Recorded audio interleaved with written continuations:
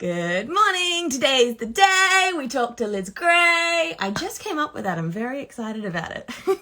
Hi guys, welcome to A Slice of Advice, my almost weekly Instagram live where I get to talk to creatives, designers, artists, all my creative friends, which is pretty exciting, around the world about pricing, about the creative grind, about all things to do with what we love, which is kind of cool. I really like the whole setup here. We're trying something a little bit different today. You can see this is my home office in the background. Usually I have a big, it's not a font, so oh my goodness, other business, a big Easy as Pie pricing logo behind me. But because in Melbourne we are here in lockdown, number 742, it makes it a little bit hard to go to the office, trying to do the right thing. So here we are at home. Now today we have Liz Gray on the screen, and I'm very, very excited for this. I did say to Little Patterns when I met her that I thought that I was going to freak out a bit and be really a bit excited to meet her, and now this is taking it to another level. So I've got my cat romper on because she's got Emmy. I'm going to invite her on now. And of these life of advices that I would be talking to people like Liz Gray, I think I would have laughed at you because I'm just a little designer here in Melbourne. She's here. I feel like this is a finally moment. Like we finally get to hang out IRL, even though it's on, as real life as we can be right now. Right. Well, you're living in the future, right? It's 10 a.m. on Wednesday. Yes. I'll let you know it's no different here than it is there. Nothing really changes. Everyone stays the same. The points don't matter. It's all made up. We are living in a Whose Line Is It Anyway simulation. I love that show so much. I remember like young me just had an absolute crush on Wayne Brady. I was just like, oh. And now I've got a Trinidadian partner who's got dark skin and a great butt. So, living out the fantasy. It's working. That's awesome. My husband actually introduced me to the show when we got married because I didn't really watch it growing up. So I got to experience that all for the first time with him, which he was, experiencing it for the second or third or however many times he watched this series. So that was really fun. Mm-hmm. And that's always a really interesting thing of like when your partner introduces you to something that you like they've grown up with. Ours was Boston Legal, so we've now rewatched Boston Legal like 7 times. We've been together almost 10 years. Oh wow, next year. And it's now like that was his 3rd or 4th watching the first time I watched it, and so they like kind of like half do all the jokes and you're like, stop it. Saying the punchline before they do. Yeah. Oh my goodness, have you seen this show before? Amazing. Oh my goodness. Yeah, and they're watching you the whole time to make sure you're enjoying. Like you're supposed to laugh at this part. Yeah. It's just like goodness. Watch his butt. Yeah. Exactly. Oh, and you feel like you have to validate them. Yeah, exactly. It's like, good work. You chose a good show for us to watch. Yep. I like it just as much as you. Yeah, exactly. So, for those who don't know Liz Gray, you have been living under a rock. Wake up, get back into this little corner of the internet that is the culmination of collaborations, monochromatic inspiration and illustration, and probably Emmy or coffee is like the 3rd thing. Yes, exactly. Priorities. Exactly. So, if you'd like, give a quick, I guess Wikipedia summary is the best way to Scotty it, of yourself and who you are and what your little corner of the internet does. Yeah, well, you did a really good elevator pitch for me, but my little artist bio, whenever someone is like, give us a few sentences about yourself, is I'm Elizabeth Gray, and I'm a lettering artist, illustrator, and muralist. I live in Virginia, in the United States, and with my husband and my cat, Emmy. And I do a lot of monochromatic or muted palettes illustration that's kind of like modern and just very fun, and it's digital, and I do some bullet journaling. So kind of went off track there, but yeah, that's kind of what I do. That's good. I find it really interesting because like I've been following you for a really long time. Like I still know the kind of the creation story, and when you were trying to find your feet, and then you Yeah. started video, and it was like, oh, this girl can video. Thank you. This girl, but like she can do it in a way that feels attainable for someone else, which is really Mhm. cool as well. Like, you know, it. I'm going to word this in a way, and it's not meant in the way it's going to first come out. So it's Okay. kind of like someone can look at it and go, oh yeah, I could video myself doing like drumming fingers on a, like, it's Hmm. not that hard, but it's also like, oh, that's really like aesthetically pleasing. Hmm. You gave me about 3 seconds of consideration of doing something with my nails, and I was like, no, that's not me. That's not me. That's the Liz Grays and the Missies and all of those. They can have that. I'm Hmm. fine with not having that. You're gonna stick to your own niche and do your own thing, and I'm Yeah, proud of you for that. thanks. I've done a really hard job of it. Awesome. So it was actually really exciting when you kind of wrote back, and you're a busy lady. Like, you are a busy lady. It was very At the funny. moment. I was talking to Scotty about it like way back when. I was like, oh, I want to reach out to Liz Gray, but I know that she's really busy, and I'm not sure. Like, I'm sure that her inbox is just like triple digits all times, like all of the times. And not because she doesn't follow them up, but because they just come in so hard and fast. Like, I feel like you have to have like 17 hours of admin per day to keep up with it. Yeah, too much. And it's not that I don't want to get back to everyone, because I absolutely do. Yeah. But my assistant is on a mental health break at the moment, so it's kind of Awesome. like all back on me right now, and it's a little overwhelming. So I only finally bit the bullet and got a VA this week, well, last week. that's And it was kind of awesome. like, I, well, we've had it for a couple of weeks, and I finally said to her, like, I think that I need to just create a Asana document, which is Hmm. a brain dump of all the things, and you take them from me rather than me delegating, because I'm not Yeah. very good at that. Yes, and that way they I can pick am out the terrible things at it. that are like their strength and say, I can work on this. Yes. Yes. And then you're like, thank you.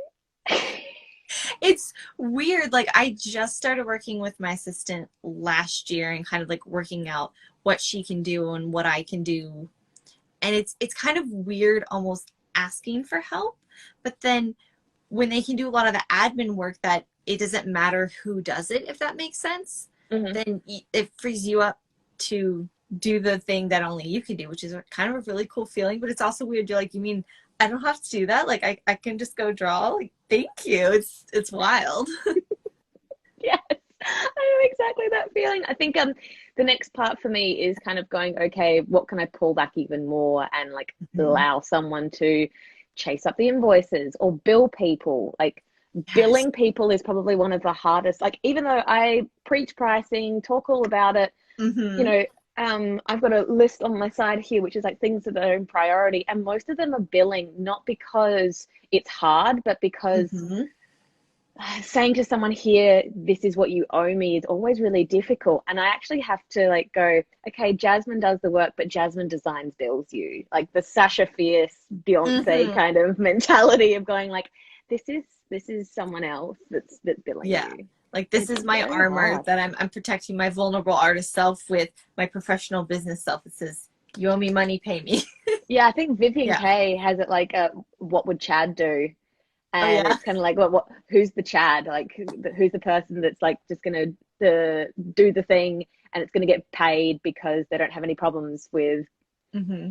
No, I'm not gonna go down that rabbit hole. But like, that's Yeah. that's the kind of thing you have to end up doing. And so it kind of ends up becoming that you need to be confident in the way that you price, Hmm. as well as the worth. So when you do projects, because I'm I think that, in Instagram we get to see just a slither of that person, no matter how much they put out on socials. Like, Hmm.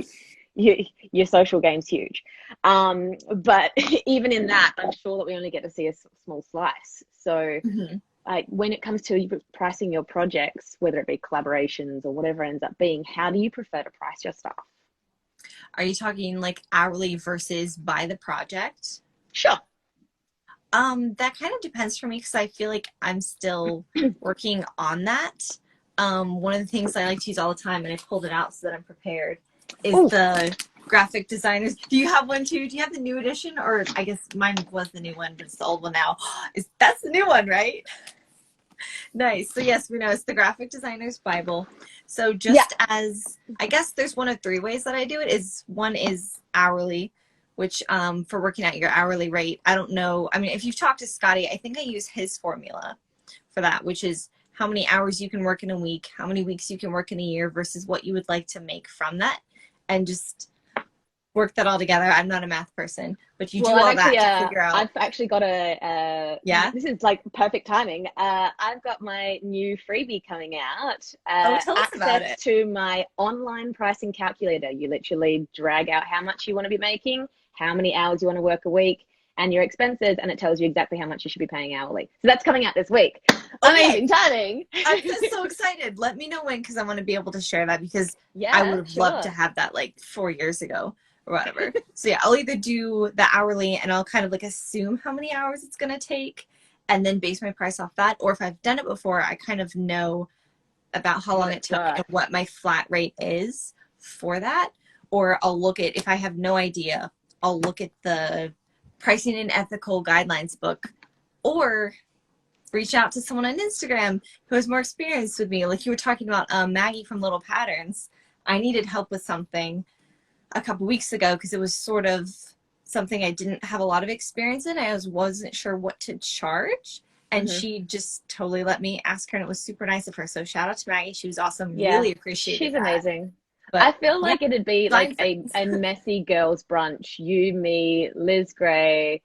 You are Liz Gray. Maggie, Kel Sunshine, who's coming up in a couple of weeks as well. Like it complete just messy brunch. It would be amazing. It'd be so much fun. I'm like, do you know about this client? Oh my goodness. Oh, did you hear? Oh, yeah, that would definitely be us. Oh man.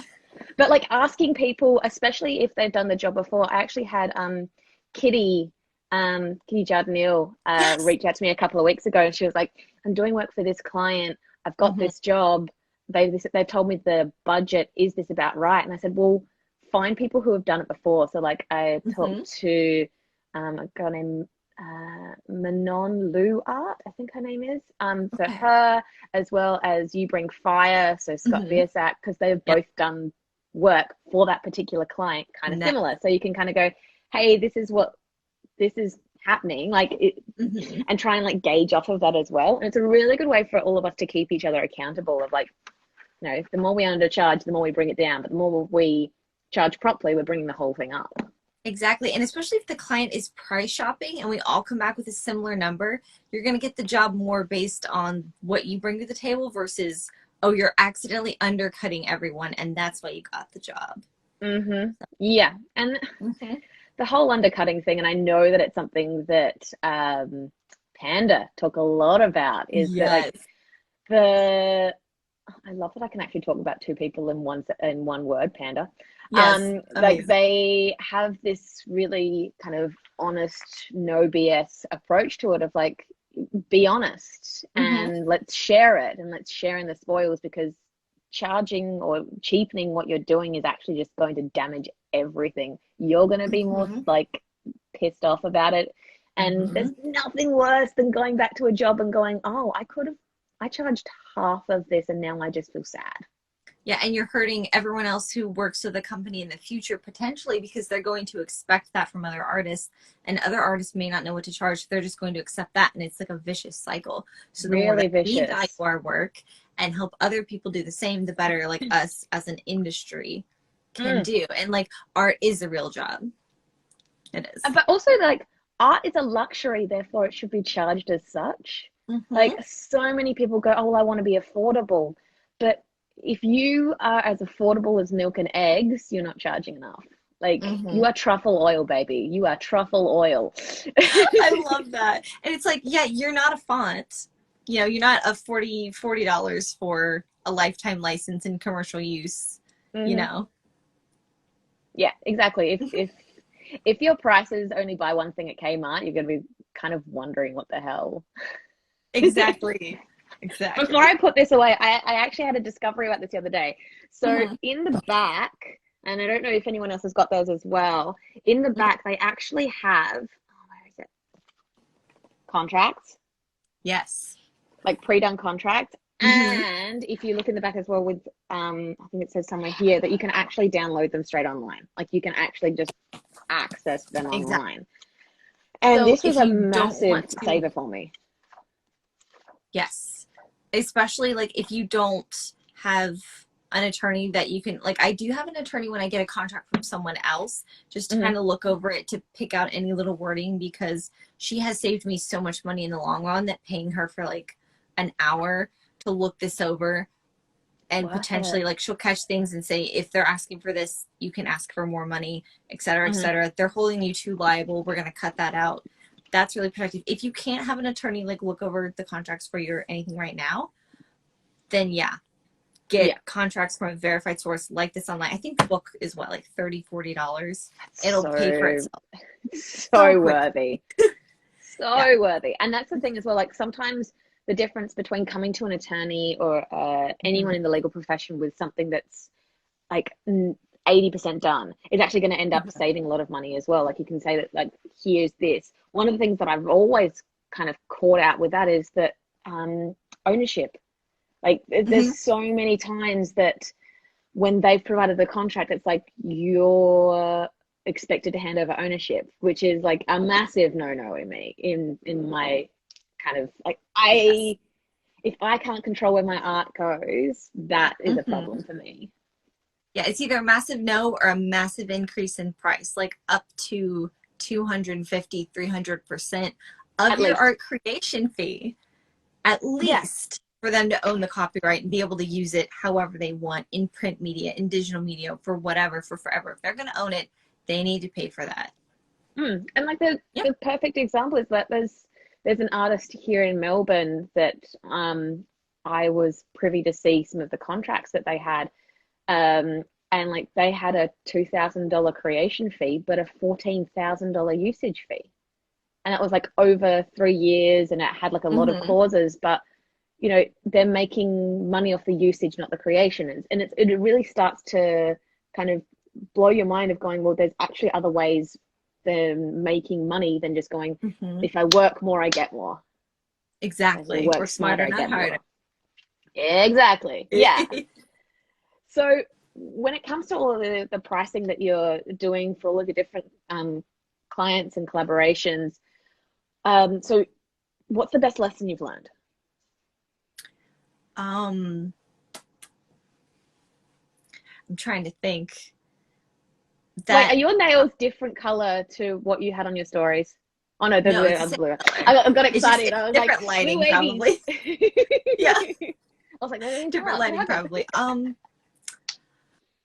not sure what the best thing, like if I can like rank it by like what the best thing I've learned is. I've learned that like reaching out for help to people that you might think are like unattainable / would never talk to you, like some people in the design industry, I'm just like, hi, I have a question and I really value your time, can I just ask you please? Like, they're really nice. I'm literally nobody, but I've reached out to them and asked them some stuff, and I'm just like, hi, can you please help me? And they're really nice and genuine human people, and like I appreciate that. So just like reaching out to people and asking for help is totally okay. Yeah, if you're not sure what you should be getting paid, research it and just don't throw a number out there and undercut yourself. And pay attention to red flags in clients. If you just have a bad feeling about someone, then probably trust your gut with that, because you might end up having to finish the contract, but like you kind of regret it and wish you hadn't said yes in the first place. So yeah, there can be a point. Broken up with a client midway? I don't think so. Usually the type of clients that, well, I'm trying to think. I don't know if I broke up with them so much as they just never replied to me. Like they just kind of completely ghosted me in the middle of the process. And I want to be careful what I say, because of course. Legal things, but we were working on a really long project. and they wanted to expand the scope. So they wanted more work than what was in the contract.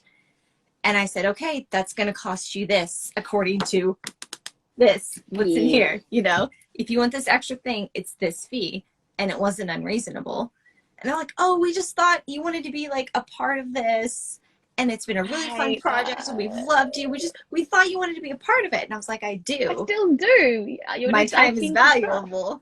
So they were just really upset about that. And they just haven't contacted me since.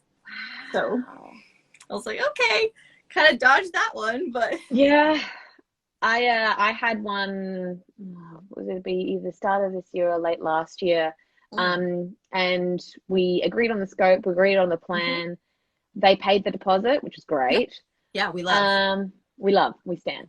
And then I kind of got through the process and was like, so what you're asking me for is actually different to what we agreed on. Like you've given me this big, hey Katie, you've given me all of this information and you've asked me to create an infographic from a 34-page PDF.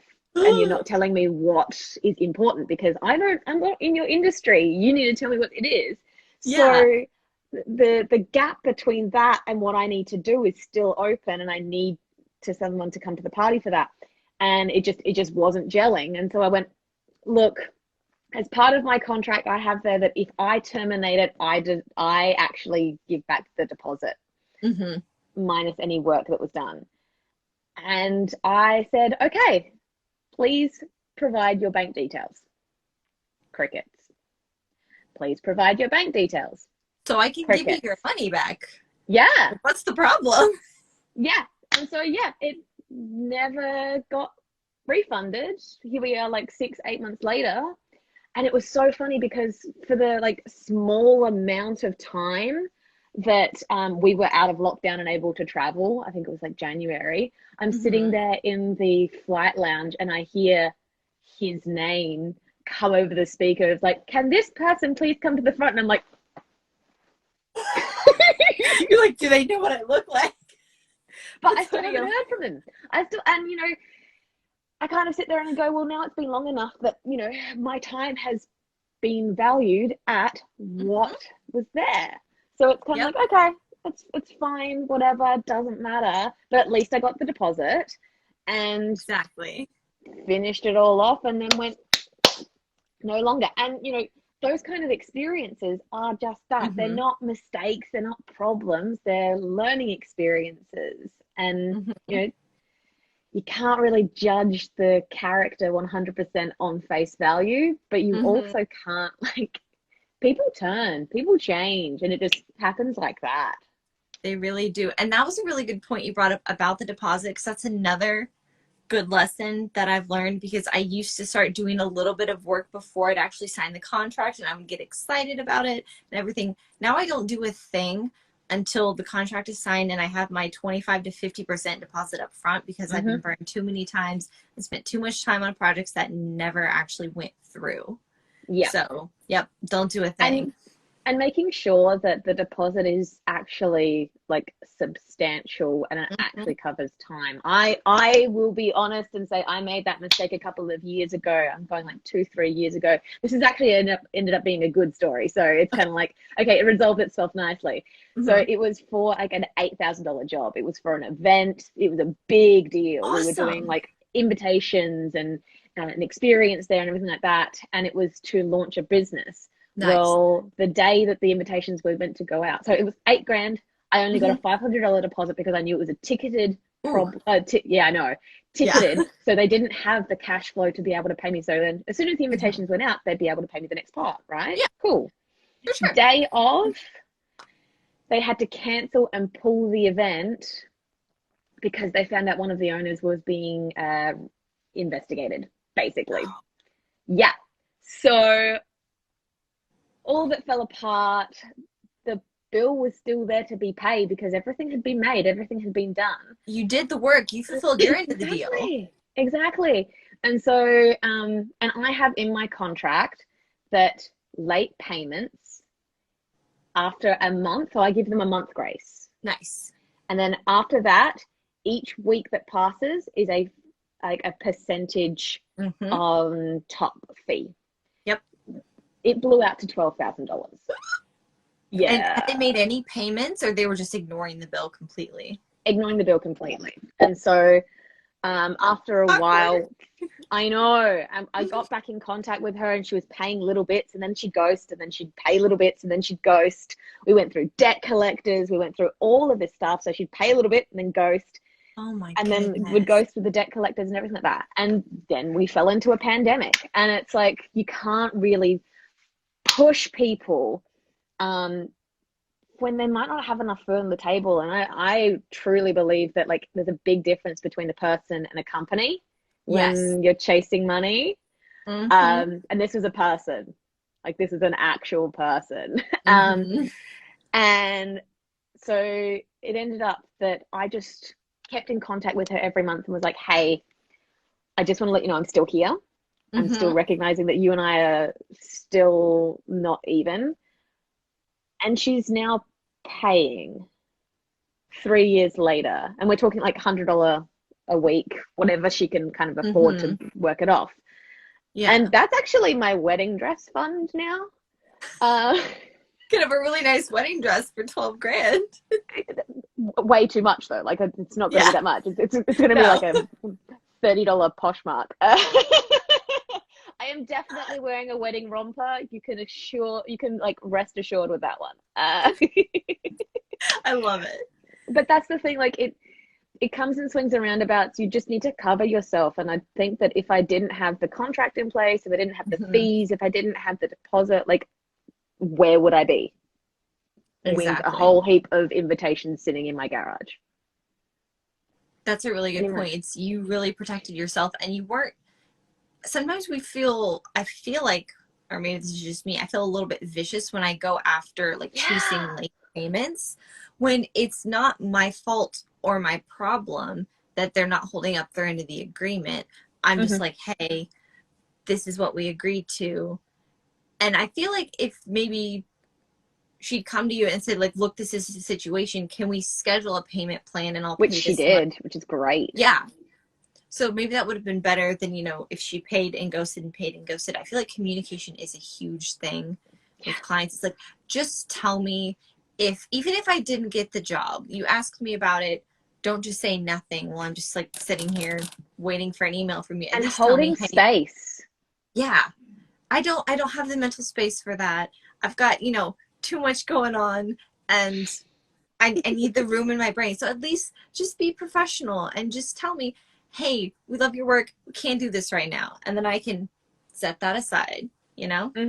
Exactly. By the way, anyone who's watching, if you do have any questions as we're going through, pop them in the question box. We're definitely happy to answer as we go along. But when it comes to your projects that you've done, do you go back and look over them and kind of go, I definitely, like, cut myself short. Next time that comes around, I'll change that?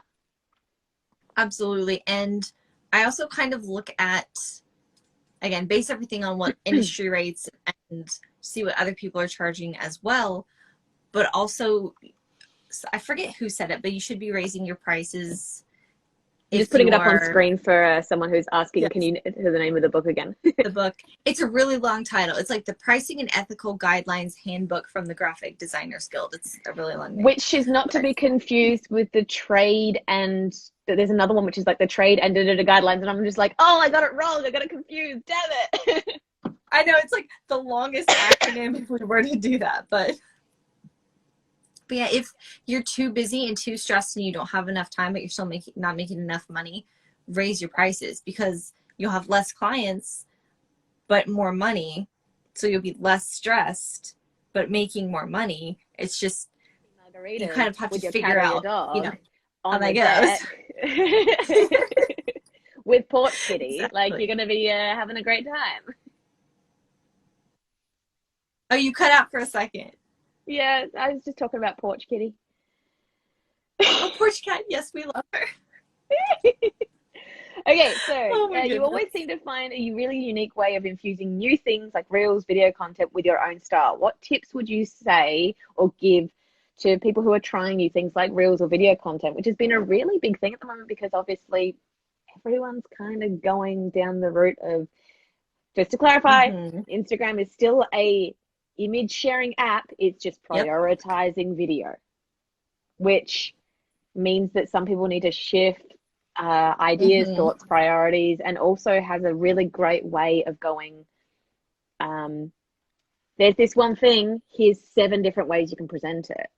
Exactly, because you can do, you can capitalize on a trend, like showing a before and after with like a really fun, easy transition. You know, put your hand over the lens, take it back off, reveal the finished thing. I feel like when it comes to videos versus photos, it's kind of all about finding like what your filming style is. I don't dance or do anything like that because that's just like not who I am as a person. You'll never catch me doing that like in person or online. I'm not the fun person at weddings.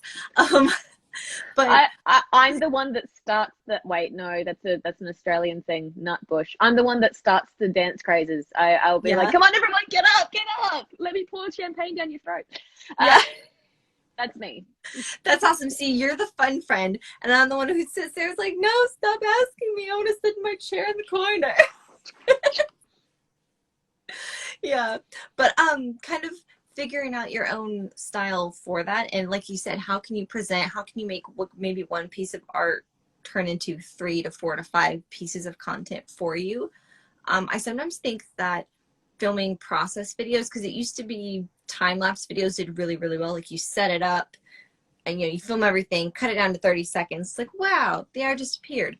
But filming the process video, you take, 1 to 3 second clips, you're drawing whatever, hunched over your desk like we do. You don't have to stay out of frame, right? Because your camera's not set up here. You can take a little 3 second clip, and continue drawing in ease and comfort, watch your Netflix show, whatever. And then another 3 second clip and just like keep doing that the whole time. It's really easy. So yeah, just kind of figuring out what your video style is and having fun with it. Like, don't feel super pressured by it. If you like the video and you like how it fits with the music and you like the angle of the shots you took, then be proud of that and just post that, and you'll just kind of like figure it out as you do it. I think it's really relevant that it feels like having Reels, TikTok, whichever your platform. I'm personally a Reels person. I think it's a lot more forgiving than what video used to be perceived as. Like video was like this, you had to have it polished, you had to have it like done, whereas Reels, it's just like I've got one really good performing reel. Really right, good. Yeah, really good. It was exactly at this angle, and it was the Mumbo number 5, our 5th lockdown, and it's got 22,000 views. It took me awesome. 3 minutes. Like, and I'll be honest here. So you're currently in my linen closet. Nice. Yeah, that's awesome. But it looks like everything's fine and dandy. Exactly. And so work. People don't know what's happening off screen or off view camera, and if you like it, who cares? Exactly. It doesn't really matter. Like the one you posted, it wasn't really related to art and lettering, right? You're like, I'm just going to do this for fun because it's entertaining to me. And it was relevant like 3 minutes after another lockdown. Yeah. So. Actually, I want to answer this question. What is your advice on dealing with clients that ask for updates on projects every day or 4 times a week? Oh, that is a red flag. Communication boundaries. I want to hear your answer too. No, you go first. I had, the one client that ghosted me last year was an over communicator as well. And they would try to call and text me and email me on the weekends. And I only responded to them during business hours. And you can say something like, thanks for reaching out. That's what I typically say. Don't have any updates at this time. I will let you know. So saying kind of like, don't call me, we'll call you. I'll let you know when the next update is available. Looking like it might be, you could give an approximate date if you want. But yeah, you're in, like, act like you're in charge. Set some boundaries in a nice and professional way, Yeah, not like piss off, leave me alone. I'll let you know. Exactly. So yeah, like per my I would last say email. exactly. Don't email me. Oh, Oh, I love that. Hit them with Like, the per my last email. yeah, hit him with it. Like, you Yeah. know, have a sliding scale. Like, yeah, I think having that, setting that expectation of like, thanks so much for getting back to me or getting in touch. Good to see you're as excited for the result as I am. That's a good one. Ugh. I will let Oh you my God. know. I will let you know the next milestone that would help both of us to meet. And I can't make my milestones if you don't leave me alone to do the work. Is X date. It's just about acting and showing up as the professional so that you can be paid the professional dollars. Yes, but also sometimes you have clients that are under communicators. So if that's the case, or sometimes if you're working with a larger company, you can actually set communication boundaries in the contract, which is helpful too. You know, if you're worried, if you notice someone doesn't email you back quickly enough, but you need approval because their timeline's really tight, then you can say something like, all emails need to be responded to in, 24 hours is, I mean, for me, that's like a little tight. I think I usually do like 72 for rough drafts and stuff like that, especially if you need something from them quickly. You can set those boundaries in the contract.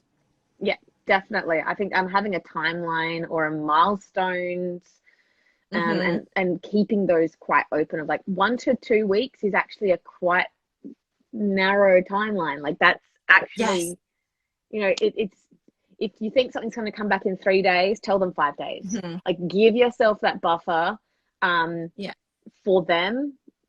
But don't let yourself think that 5 days is the answer. 3 days is still the answer for you. Because if you're like me, you then go, oh yeah, it'll come. I'll get this done today. Yeah. No, you won't. No, you won't. No, you're gonna put it out till tomorrow. Yeah. So, sorry, I think it's Marie. I think it is. They've been stalking me on here too. Sometimes, like to see why I don't answer on WhatsApp. Like that's a massive red flag. And if that's something that you want to stop that behavior, if you don't feel comfortable, like, you I mean, you can tell restrict them. Sorry. Yeah. No. We're both too excited. Yeah. Go for it. It's kind of like you need to show up as the boundaries. Like you need to actually say to them, look, I appreciate that you are excited to see this project come to life, as am I, but it is part of my work at the moment. I would like you to trust me in delivering it. And just setting that up. Go for it. Yeah, sorry. Something that I've been doing lately that has been really helpful is to remember that you're typically the creative person in the scenario and they're hiring you for that. So you may know exactly what your process is like and think that you're communicating that to the client, but they might not know. So I kind of have like a summary of like, here's where we're at in my process. We're right here. Next is this, next is this, next is this. And that way they kind of know where you're at. And like you're talking about the milestones, like these are the ones that we're going to reach. But yeah, if they're stalking you on to the point, like asking why you're not replying to emails and things like that, that's a little bit worrying. It's a good learning experience for the future. Again, I think it's good for you to stand up for yourself, but ghosting isn't okay and stalking isn't okay either. Yeah. So I think there's nothing wrong with like going back to them and saying, my general turnaround time for this next process is this. This is when you can expect the next round of drafts or whatever it ends up being. And yeah, I appreciate that you're excited, but each one of these interactions actually stalls the process, and I would hate for this to blow out even further. Also, I never give clients my personal phone number unless it's someone local that I'm meeting up with. I never, because that's just, or if like we need to get on a call, I'll try to keep it on a Zoom call or something like that, because if it is a client that tends to go a little I guess, off books, a little unprofessional. It's just one more immediate means they have to contact you. Yeah. And it's And they swinging will. back and forth. I'm stressed out for you. So, Yeah. yeah. It's definitely something to start using language that is Mhm. boundary setting, that is saying that, you know, you're excited about it, but this needs Mhm. to be the way things need to work. It takes conviction, it takes guts, it takes confidence, Mhm. and it takes rehearsing it. Like, even if you have to stand in front of the mirror and say it 5 times, or like write it out and get someone else to check it. By the way, if anyone Yes. ever like writes an email and is unsure, my DMs are always open. I've done this many times with Kitty, with Jimbo, with Tim. Like, I've always Mhm. said to them, look, if you've got an email that you're unsure about sending, send it to me and I'll help you. Like, I'm always willing to Yeah. help that, because it's about helping others and pushing forward. Yeah. Sometimes it's helpful to have someone else almost be the bad guy and be assertive for you, or like you were saying, to kind of like, no, you're not crazy. They're being unprofessional. Mm, Your wording is great. You know, you're doing great. Just someone to kind of like validate where you're at, because they're either going to check you or they're going to help you. So, yeah, yeah. exactly. So kind of taking a little bit of a turn, because this is something I really wanted to talk with you about, because I would sit here and go, like, Lauren Hom is the passion projects queen, and Mm-hmm. Dominique Fallar is the typism queen. Mm-hmm. I would like to refer to myself as the pricing queen, but you, my darling, are the collaboration queen. It seems like there is not a day that goes by that you aren't collaborating with all of the things that all of us actually want. So candles, notebooks, like, all you can see kind of at the top here, like how many notebooks I have. That's a very small amount, most of them at the office. But Mm-hmm. you seem to be the collaboration queen that seems to, like, always have just the right ingredients of the collaboration. So are those ones that you reach out to? Do they find you? How does that whole process work? Yeah. And first of all, thank you for saying that, because that's, I kind of like wonder like where, like what is my thing, like what is my place in this whole artistic world sometimes. So that was very sweet. Monochromatic That collaboration. made my day.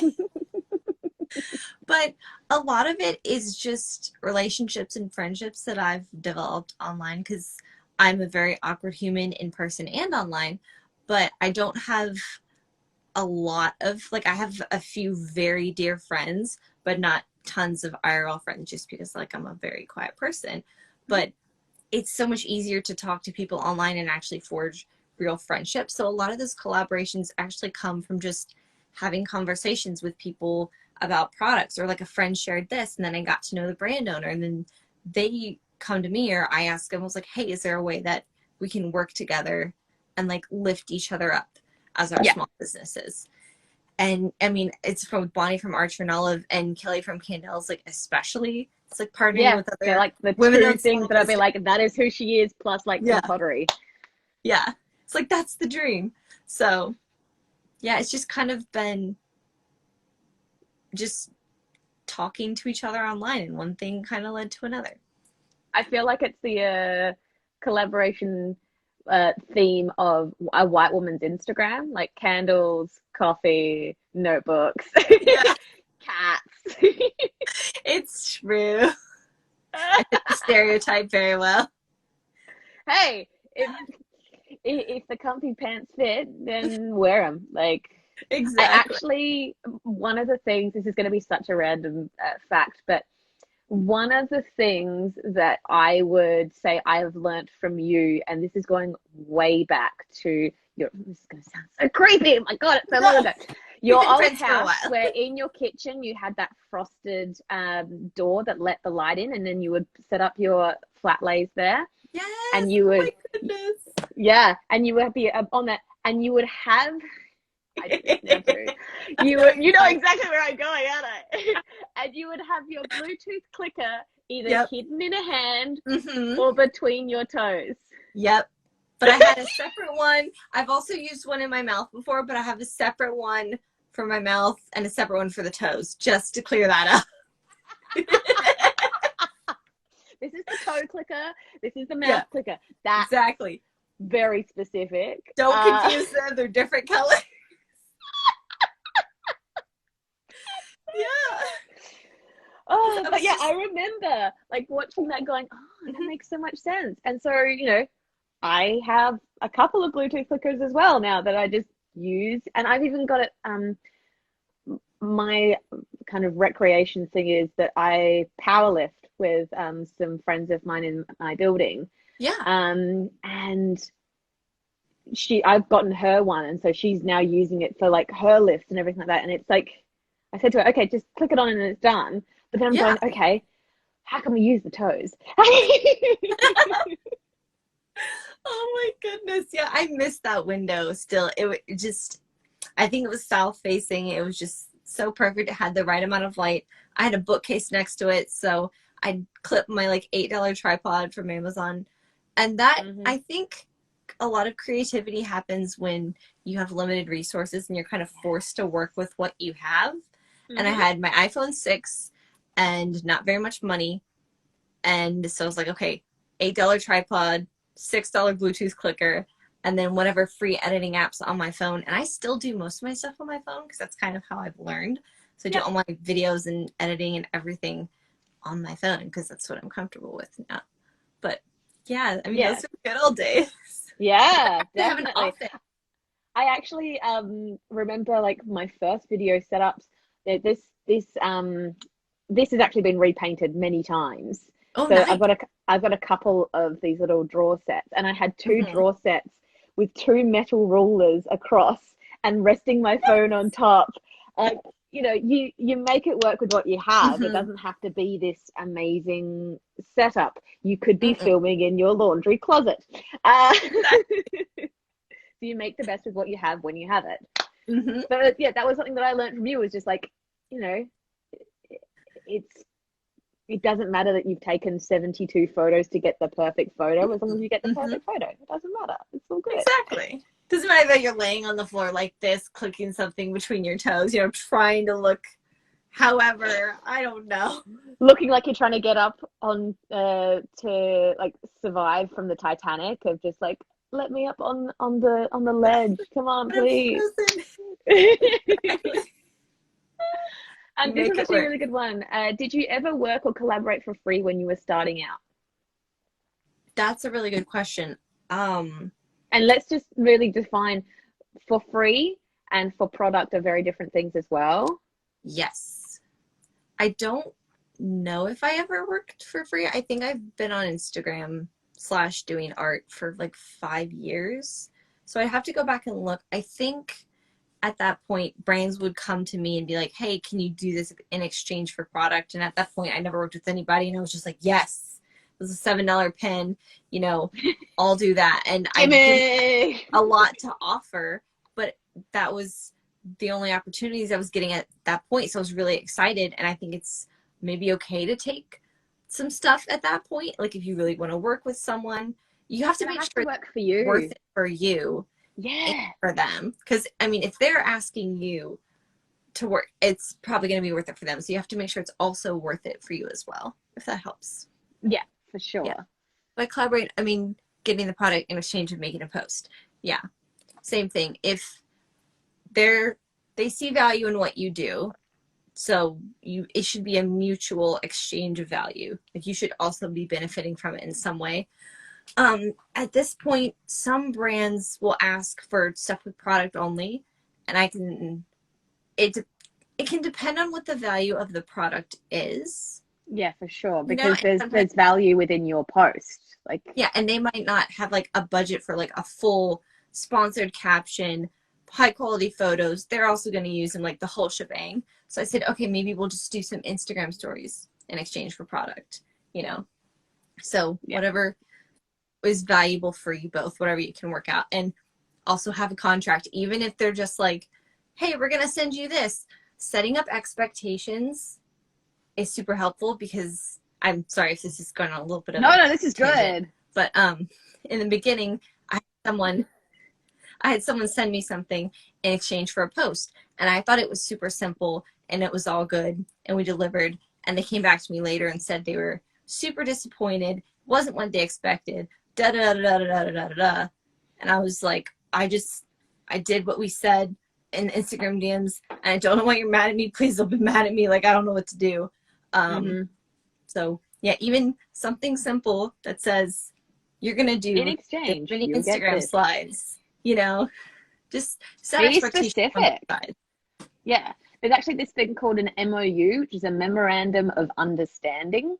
So it's Ooh. a single page where it says, and it's used in collaborations. If anyone is interested in those sort of things, Collabosaurus here in Australia is a really good platform for that.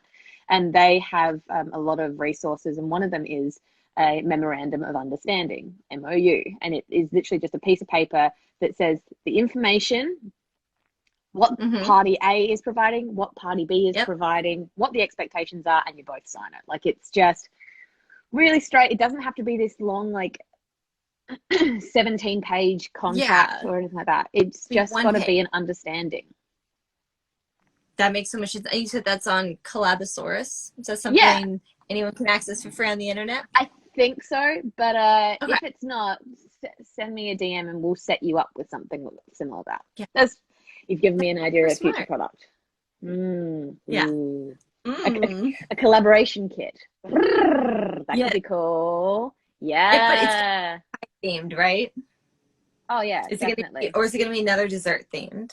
Is it all? Look, it's going to be food. It's just food. It's just everything is food. So like I use food as a communication tool because everyone either loves making it, eating it. It is a it is a vehicle that everyone understands. Yeah. I approve. Cakes out of it because I know that was Liz 1.0 was cake. Creating cake. Something maybe. Do you count like career? Like when I was little, I did all kind of arts and crafts projects. maybe that was Liz 4, like 3.8. I don't know, but maybe it could be like have your collaboration cake and eat it too, or like some sort of cookie theme. We'll keep the alliterations going. Let's do a product together, which is like how to have your collaboration cake and eat it too. Like, I would love collaboration ideas, stuff that's going to cover everyone on here. You're going to hold us accountable. So if you haven't heard from us and putting out something by the end of this year on collaborations, that's definitely it's happening. It's happening. Okay, so question for what was Liz 3.8 or earlier versions, later versions, whatever software update you're up to. If you could go back to younger Liz and tell her something about pricing or value or creative business, what would you tell her? It's not always all about the money. Like sometimes projects are good to do for relationships or for your community or something like that, but also don't be afraid to stand up for yourself when it comes to money because you're worth it. You're 833% worth it. Exactly. Oh my goodness. Didn't I tell you what happened with that? No, but I want to know. Please. They came back and they just said, so they asked for a lot. Like, let's give a little bit of a backstory because this is kind of like a insider back and forth that we've had for a little bit. Client who shall not be named because I still like them and I'm still on good terms. This collab just didn't work out. They had a small budget and a big ask. And they wanted like full rights buyout, which we talked about earlier, which is full, up to 300%. Expensive. Of the art creation process. It's pricey. They had a very small budget. They said, what's your price for this? I quoted them something that was 833% bigger than their original price. And they came back and said, haha, nope, our budget is small. So, nope. And I said, I totally understand. I'd love to find a way to work with you. Because, I try to meet in the middle, right? I'm like, this is your price for what you're asking. But if you want to lower the ask, I can lower the price. So we're still getting to work together. But you're not going over budget. Not the dollars. Yeah, because a lot of times the budget's not malicious either. If it's like the marketing department or something, someone higher up is like, here's your marketing budget, do what you can with it. So they're trying to do exactly what they can, and sometimes they'll come back and work with you. This was not the case. They had a set budget, tight timeline. It was whatever. But yeah, it was like that was a really scary email to send. So that's why I had to talk to Maggie, and I was like, what should I be charging? I don't know. And she was like, oh, a lot. So. And that's the thing, like, I think between Maggie, Jessica Hitch, oh my God, her icon. Dark Art of Pricing, like, I feel like I could binge watch that every weekend with like a tub of ice cream. It's just like, it really opened my eyes to, even as someone who, and I would say that I have a successful creative business. I'm able to run it and actually teach as well, and everything's still kind of balancing out. It made me sit there and go, wow, I'm undercharging. Like, yeah, scary. And just a lot of it is we don't know, and brands are trying to save money, so they're going to reach out and try to, you know, get something for around here and hope that you take it because you don't know what you should be charging. And sometimes we're so excited we just say yes. And speaking of, we were talking about Lauren Hom earlier and projects and stuff. Brain reached out with a price around here. I knew she'd worked with them before, so I said, hey, what was that like? So I asked here, and they came back here with no problem. It was still triple their original ask, but they tripled that with zero issue. So lesson learned, don't leave money on the table. You don't know if you don't ask. And also, it's not in your client's best interest to raise your rates for you. Like, it's really not. Exactly. That's not what they're here for. They're here to be in business for themselves, and you are going to be facilitating that and being part of that. But they're not going to go, hey, you should charge more. They're not going to tell you that. It doesn't happen. Exactly. My God. I've actually, like, so what I have is over these sides, I have just post-it notes everywhere. And one of the ones I wrote was, breaking news, your client's budget has nothing to do with your value. That is going to be something that's going to, like, smack someone in the face. That's great. And that's the thing, like, it's, if they've been given a budget, I actually had a couple of weeks ago, a job that I quoted, it was $4,000, and they came back at 800, and I was like, oh. Nope. And, you know, like, and I think Maggie talked a little bit about it on her second episode of Perspective, which was like, it's not like I'll do it for 5. No, you do it for 7. And it's not like that. It's, you know, you go, okay, we'll reduce the usage or reduce the iterations or like whatever it ends up being. You're kind of negotiating back and forth within that space. And like it doesn't mean that you're not valuable. Right. Like your rate doesn't change, but their ask can go down, so your price can go down. Because if you just give them a discount because you're a nice person or whatever, they think they can haggle you all the time and haggle other people. And that's not cool. Yeah, not ideal. Angel Bar, can you give an example of creating a project and pricing that versus buying it all out? So what would deem this type of purchase and ownership of this? Oh, I think that one's a bit more of a you question, because I've done a little bit in illustration ownership, and I've been bitten before. I want to hear about that. And I've also seen past designers who have come before me with that same client, and I've seen the ramifications of them being bit from the business side. It's actually been very interesting, but go for it. Well, that sounds like a topic for Messy Brunch, but how much time do we have? Because I think Instagram cuts off the live at an hour. I've not had that. Oh, really? Yeah. I've had it before. Making sure real quick, because if we can keep going, I'm having a great time. But if they cut us off in the middle of talking, Angel, just send us a DM. But so the way that Maggie helped me break it down, which made a lot of sense, because again, I hadn't dealt with like a full buyout before, was you've got your rate, right? Like this is your fee to make the art. And then all the other fees that can stack up are how are they going to use it? If it's going to be, and again, this is something that this is really helpful for, because there's different rates for large companies, small companies. Is it going to be on 10,000 t-shirts? Is it going to be on 1,000 invitations? Is it going to be used in print and digital and media marketing? It just all kind of depends what they're going to use it for, because you can do, I think one of two things is have a license. So they can use it for this specific thing, like printing on t-shirts, but not tote bags, you know. Hi, Josh. So they can do that specifically. I love seeing like names I recognize. Yeah, me too. so they can, yeah, a license. So use it in this specific way for this specific amount of time. Or if they want to use it for whatever they want for forever, that would be considered a full buyout. And then that's what's a lot of money. So I hope that helps and makes sense, Angel. Yeah, I feel like, separating it out from creation fee and usage fee is really, really important, because if someone thinks that it's, say, $2,000 to create a single artwork, they think immediately, and then that means that's mine. No. Or if you paint a mural for a client and they want to use that on tote bags and like use the design for other things, well, no, you didn't ask me or pay me, because then they're taking your art that they paid a one-time fee for and making money off it continuously if they're selling retail.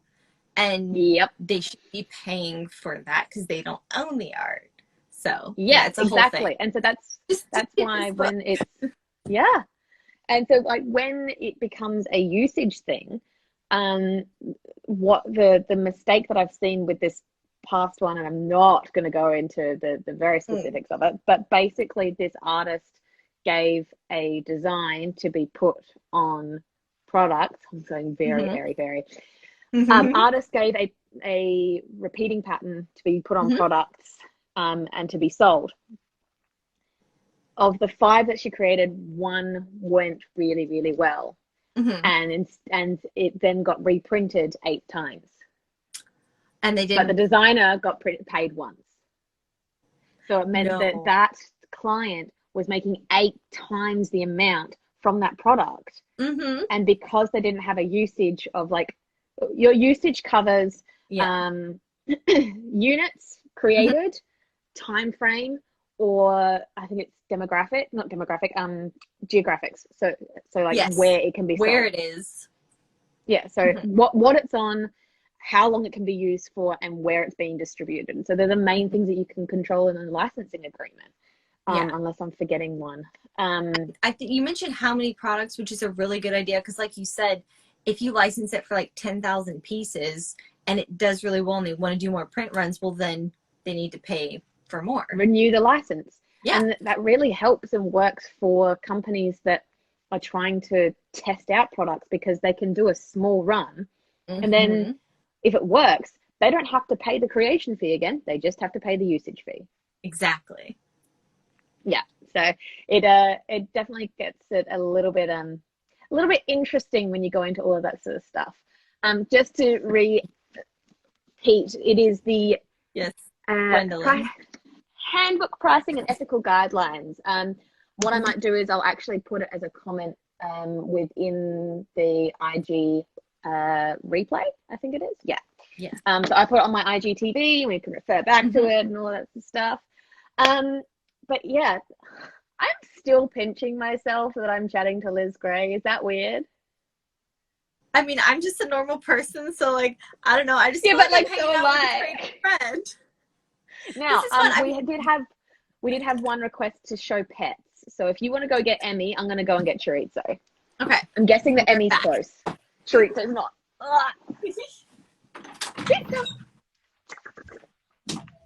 Where are you? Oh, you're rolling over here. Hello, mate. Come on, mate. You've been requested on TV. Hello, mate. Ba, ba, ba.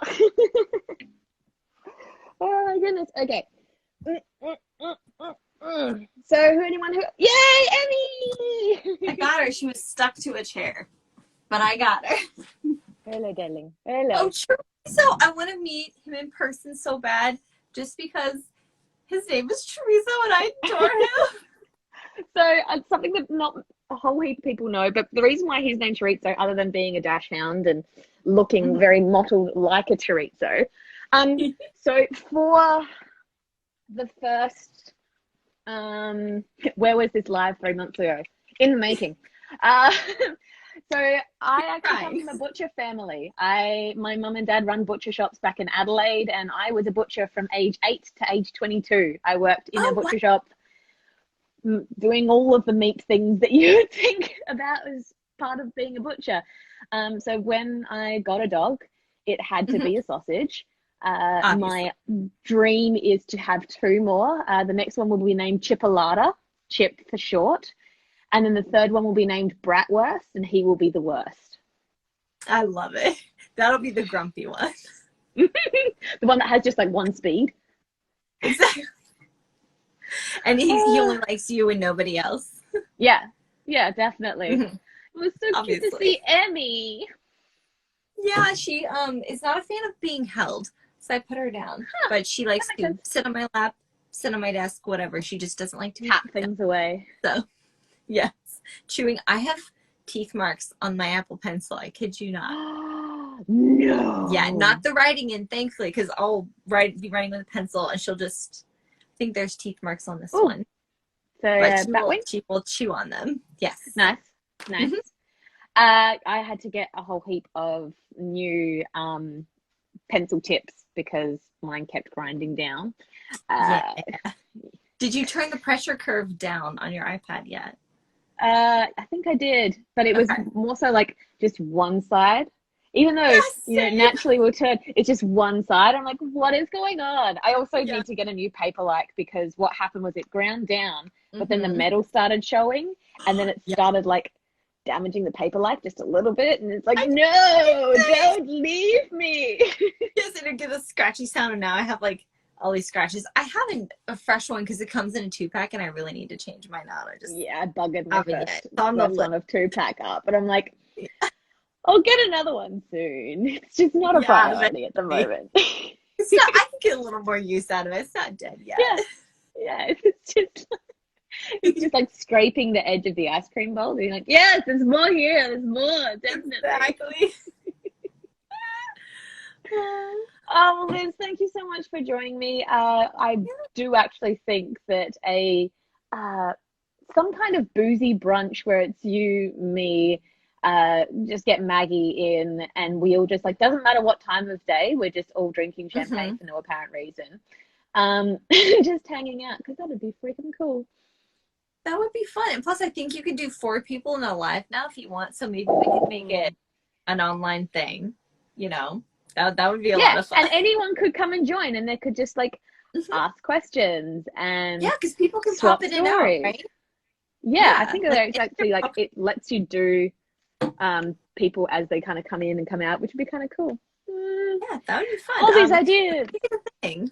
Maybe to hype up our collaboration freebie that we're going to be doing later A this boozy year. brunch. I love Perfect. Let's have a cake day. Let's do it. I'm so excited.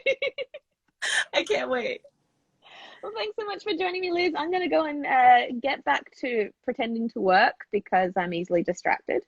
And if you have any questions or if you want to check out the replay, it'll be uploaded pretty much immediately after this. But thank you so much for joining me, Liz. Thank you for inviting me, for hanging out. It was so much fun. I'm going to go pinch myself. Catch you later. Right, I'm going to go to bed. Bye. Bye.